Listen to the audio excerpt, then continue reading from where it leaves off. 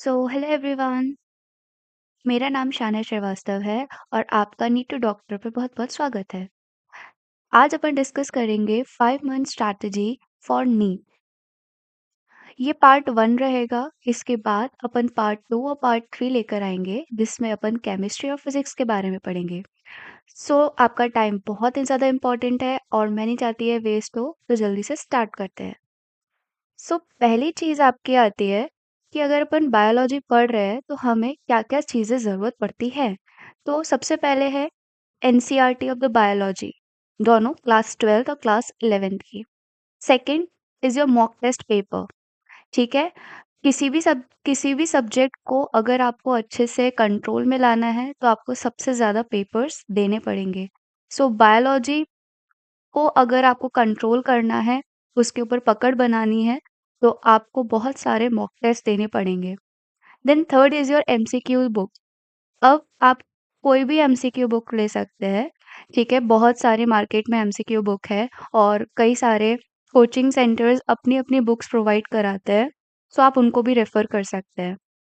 Then fourth is your NEET biology exemplar. ठीक है? तो ये जो नीट बायोलॉजी एग्ज़ाम्पलर है, इनमें भी बहुत सारे क्वेश्चन्स ऐसे होते हैं जो ट्रिकी होते हैं, प्लस डायरेक्ट एनसीईआरटी से होते हैं एंड कई बार देखा जाता है कि नीट में इससे पूछा जाता है क्वेश्चन।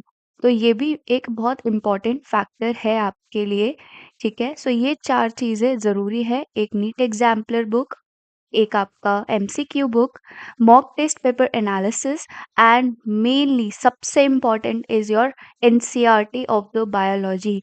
ये तो बाइबल है, भगवत गीता है, लाइक इट इज ऑल। आपका जो भी कुछ है वो सिर्फ और सिर्फ एनसीईआरटी ऑफ द बायोलॉजी है, ठीक है? क्योंकि आपकी जो बायोलॉजी है वो नीट में 50% ऑफ द वेटेज रखती है, 50% वेटेज रखती है, ठीक है? ये चीज़ आपको ध्यान रखना है कि अगर हमें अच्छे मार्क्स लाने हैं नीट में तो बायोलॉजी पे पकड़ बनानी पड़ेगी। अब how we can reach to our goal, किस तरीके से हम अपने गोल्स की तरफ अचीव कर सकते हैं, आगे बढ़ सकते हैं। सबसे पहला है डेडिकेशन, ठीक है? अगर आपके पास डेडिकेशन नहीं होगा, हाँ, चलो हो जाएगा, ठीक है, कर लेंगे वाला सीन रहेगा तो कुछ भी नहीं हो सकता। हर चीज़ में आपको डेडिकेशन चाहिए ही चाहिए। फिर आता है स्मार्ट वर्क। अगर आप हार्ड वर्क करोगे तो आपको कई हद तक चीज़ें मिलेंगी, बट स्मार्ट वर्क से आपको जल्दी चीज़ें मिलती है और एक तरीके का कॉन्फिडेंस भी डेवलप होता है, ठीक है? स्मार्ट वर्क करना है, गधा-पेली नहीं करनी है, ठीक? Then third is your time management, ठीक? टाइम मैनेजमेंट आपको प्रॉपर अपना टाइम मैनेज करके चलना है कि मुझे इतने घंटे ये पढ़ाई करनी है, इतने घंटे ये पर्टिकुलर सब्जेक्ट करना है, इतने घंटे मुझे एमसीक्यू सॉल्व करने हैं, ठीक है? मैक्सिमम एमसीक्यूज आपको एटलीस्ट 100 टू 150 एमसीक्यूज 1 घंटे में सॉल्व करने ही करने हैं। शुरुआत में आपको थोड़ा टाइम लगेगा, you will take time, but at the end आपको आदत हो ही जाएगी कि आप 1 घंटे में 100 टू 150 एमसीक्यू सॉल्व कर लोगे, क्योंकि तुम इतना पढ़ लोगे, इतना रिवाइज कर लोगे सब्जेक्ट को कि तुम फटाफट फटाफट एक बार में रीड करते आंसर आ जाएगा, ठीक? Now right way to study. आपका एक तरीका जो है वो प्रॉपर होना चाहिए पढ़ने का। ऐसा नहीं कि कुछ भी उठा के पढ़ना चालू कर दिया, कहीं से भी उठा के पढ़ना चालू कर दिया, ये चीज़ नहीं करनी चाहिए। ठीक है? इससे सिर्फ कन्फ्यूजन होगा और सब्जेक्ट क्लैटर होगा, बस एक सब्जेक्ट का क्लस्टर बनता चला जाएगा और कुछ नहीं होने वाला। ठीक है? यहाँ पे ये चीज़ बहुत इम्पोर्टेंट है, ये 4 फैक्टर बहुत इम्पोर्टेंट है, जब भी आप अपनी तैयारी स्टार्ट करेंगे तब। Now right way to study. हम बहुत लोगों को सुनते हैं कि वो पर्टिकुलर जो स्टूडेंट है वो उस टाइम पे उठता है इसलिए उसके इतने अच्छे मार्क्स आते हैं और हम भी अब उसी टाइम पे उठेंगे और इसलिए अब हमारे भी अच्छे मार्क्स आएंगे। ऐसा नहीं है। जिस टाइम पर तुम कंफर्टेबल हो, चाहे वो अर्ली मॉर्निंग हो, चाहे वो आपका दोपहर का टाइम हो, चाहे वो आपका रात का टाइम हो, जब भी आपको लगे कि मैं उस पर्टिकुलर टाइम में कंफर्टेबल हूँ, उस पर्टिकुलर टाइम में आपको पढ़ना चाहिए। ये नहीं कि किसी और का रेफ़रेंस लेके नहीं, वो पर्टिकुलर जो स्टूडेंट है, वो टॉपर है, वो सुबह उठ के पढ़ता है, तो मैं भी सुबह उठ के पढ़ूँगा। अगर वो पर्टिकुलर स्टूडेंट टॉपर है और वो रात में पढ़ रहा है, तो ये नहीं कि आप रात में पढ़ना चालू कर देंगे, फिर आप वहाँ पे सोना चालू कर देंगे। आपकी बॉडी नहीं काम करेगी उस पर्टिकुलर टाइम पे। इसलिए choose your best time to study, ठीक है? देन सेकंड चीज़, choose your method to study. अब मेथड कैसे? हम बहुत सारे लोग हमें बोलते हैं कि अरे शॉर्ट नोट्स बना लो, अरे लिख-लिख के याद करो, बोल-बोल के याद करो, ठीक है? तो ये तुम्हारे ऊपर डिपेंड करता है कि तुम्हें किस तरीके का मेथड चूज़ करना है। तुम्हें जिस तरीके से याद होता है, तुम उसी चीज़ को उसी तरीके से याद करो। जैसे अभी तक तुमने 8th, 9th, 10th, 11th निकाला है, 12th निकाला है, उसी तरीके से, उसी वे ऑफ स्ट्रैटेजी से आगे बढ़ो, क्योंकि तुमने कुछ तो मेथड यूज़ किया होगा, कुछ तो तरीका तुमने ये तुम्हारा खुद का होगा जिसकी वजह से तुम इतने सारे एग्ज़ाम्स पास करते आए हो, है ना? सो सिर्फ़ वही चीज़ अपने ऊपर अप्लाई करो जो तुम्हें सूट करती है। ये नहीं कि किसी का भी मेथड उठा के अरे वो शॉर्ट नोट्स बोल रहा है कर बनाने को तो अपन शॉर्ट नोट बनाते हैं। वो फ़ॉर्मूला शीट्स बनाने को बोल रहा है, वो फ़ॉर्मूला शीट बना लेते हैं। तो अगर तुम्हें लगता है कि इन सब चीज़ों से टाइम वेस्ट होता है, सिंपल तुम अपनी इस मेथड को लो, ठीक है? किसी और का रेफ़रेंस लेके आगे मत बढ़ो। Now third point is your plan your studies. अब आप अपनी स्टडीज़ को प्लान कैसे करेंगे? सबसे पहला हमने क्या डिसाइड किया कि हमारा बेस्ट टाइम क्या है, ठीक है?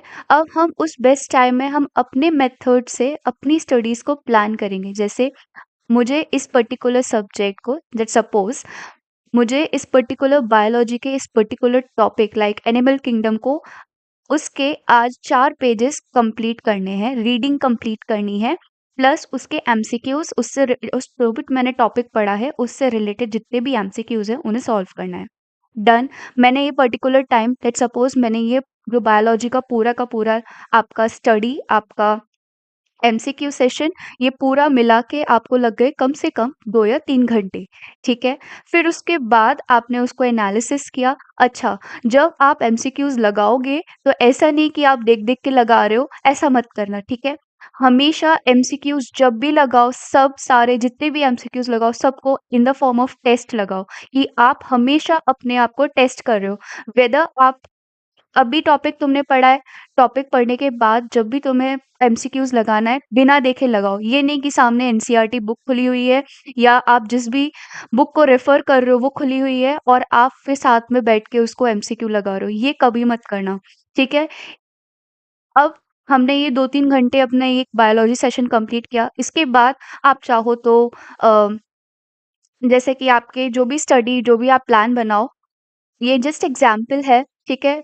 केमिस्ट्री आप उठा लो, उसको 2-3 घंटे पढ़ो, ठीक है? तो इस तरीके से आप अपनी स्टडी प्लान करो।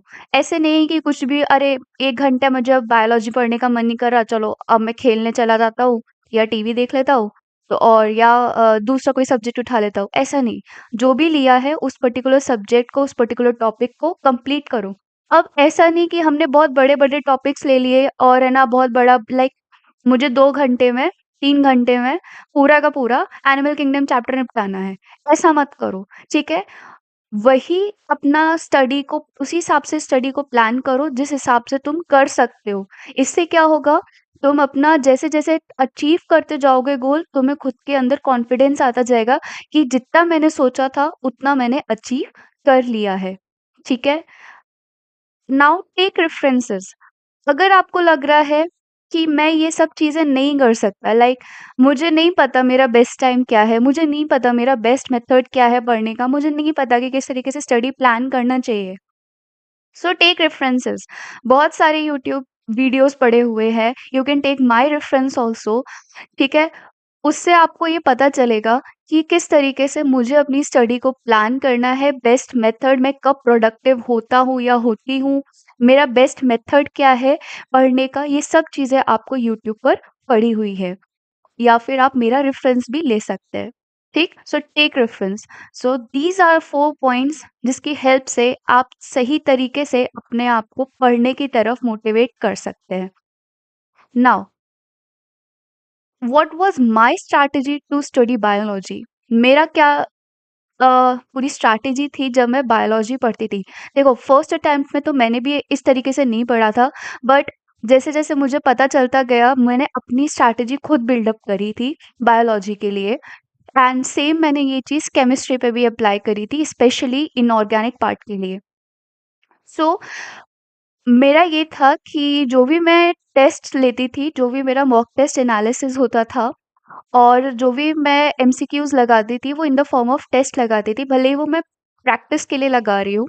तो उसके बाद जब मैंने लगा लिया टेस्ट, मॉक टेस्ट दे दिया, अब उसके बाद जो भी रिज़ल्ट आता था या जो भी जब भी चेक करती थी मैं, तो उसका एनालिसिस जब मैं करती थी, तो हमेशा अपने साथ एक ग्रीन पेन और एक रेड पेन, या आपको जो भी पेन या पेंसिल रखना हो आप रखो। But what I used to do, जो राइट आंसर्स थे उनको ग्रीन पेन से मार्क करती थी। मैं राइट आंसर्स को भी एनसीईआरटी में मार्क करती थी या लिखती थी।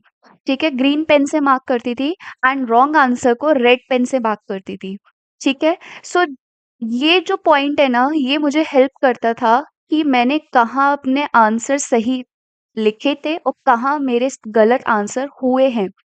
ठीक है, इससे मुझे ऐसा लगता था कि हाँ, मुझे कॉन्फिडेंस आता था। मैं जितनी बार रिवाइज़ करती थी, जितनी बार मैं पेजेज़ खोलती थी, एनसीईआरटी के पेजेज़ को पलटती थी बायोलॉजी के, मुझे वो सारी चीज़ें, मेरी गलत चीज़ें, मेरी सही चीज़ें, मुझे सब वहीं पर मुझे एक बुक में दिखती थी।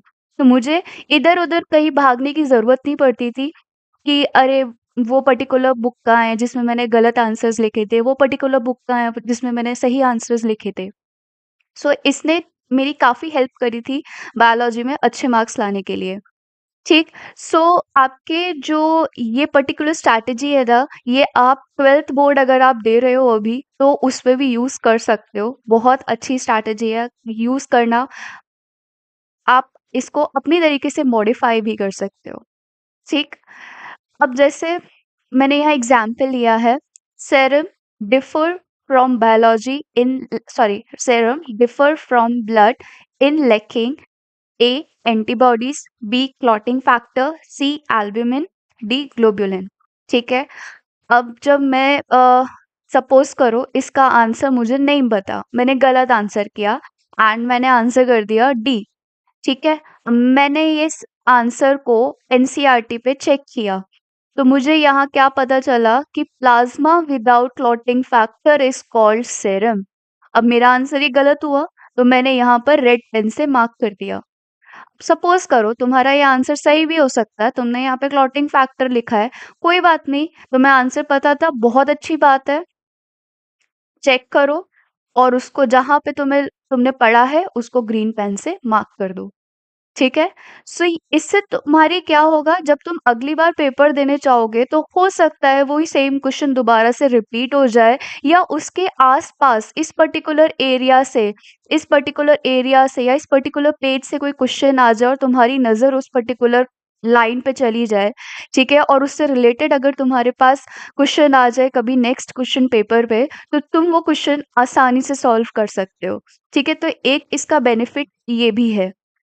So this was my strategy to study the biology plus inorganic chemistry. I hope ये समझ में आया होगा एंड मैंने कई हद तक तुम लोगों को मोटिवेट करने की कोशिश करी होगी। So that's it for the video. I hope तुम लोगों ने इस वीडियो को एंजॉय किया हो। Thank you so much.